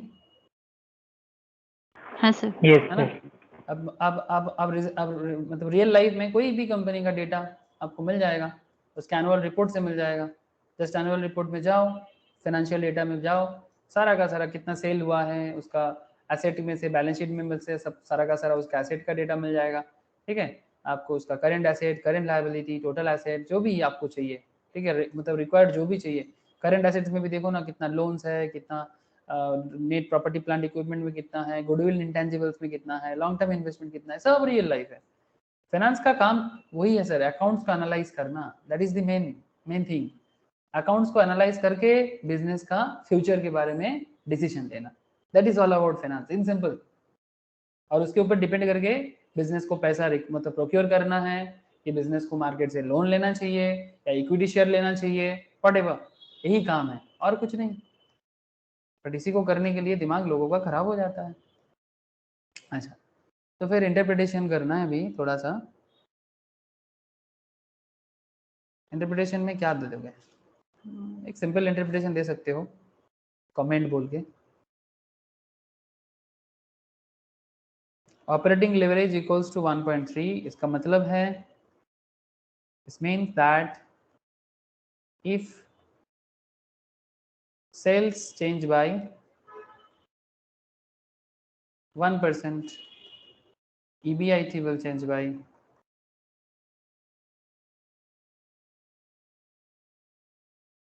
1.3%.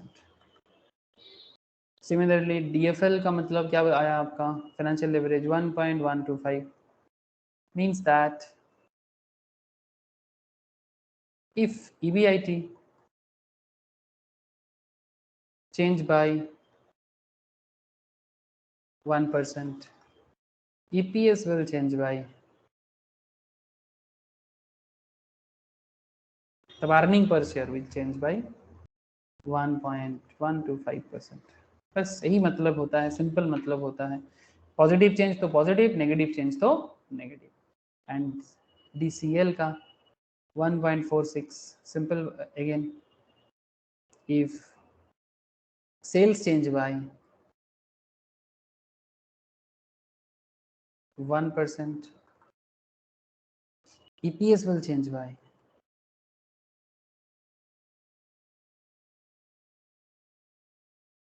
1.46%.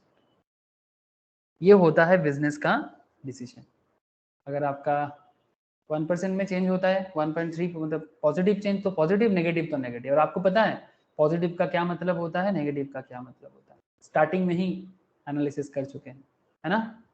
स्टार्टिंग में ही एनालिसिस कर चुके हैं कि नेगेटिव ऑपरेटिंग लेवरेज का मतलब क्या है, नेगेटिव फाइनेंशियल लेवरेज का मतलब क्या हो सकता है, एंड नेगेटिव कंबाइंड लेवरेज का मतलब क्या हो सकता है. क्या सर? अच्छा सर, कुछ होमवर्क क्वेश्चन यहाँ पर भी है.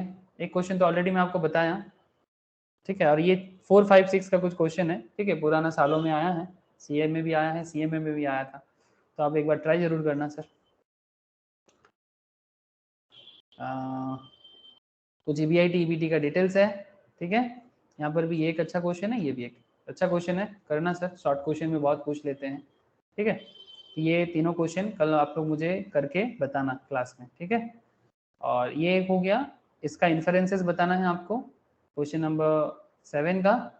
और ये क्वेश्चन सॉल्व करना है, ठीक है. 7 को करके उसका इंटरप्रिटेशन भी करके बताना है, ठीक है. मैं आपको शेयर कर लूँगा. क्वेश्चन ऑलरेडी मैं शेयर कर दिया, ऑलरेडी शेयर कर दिया,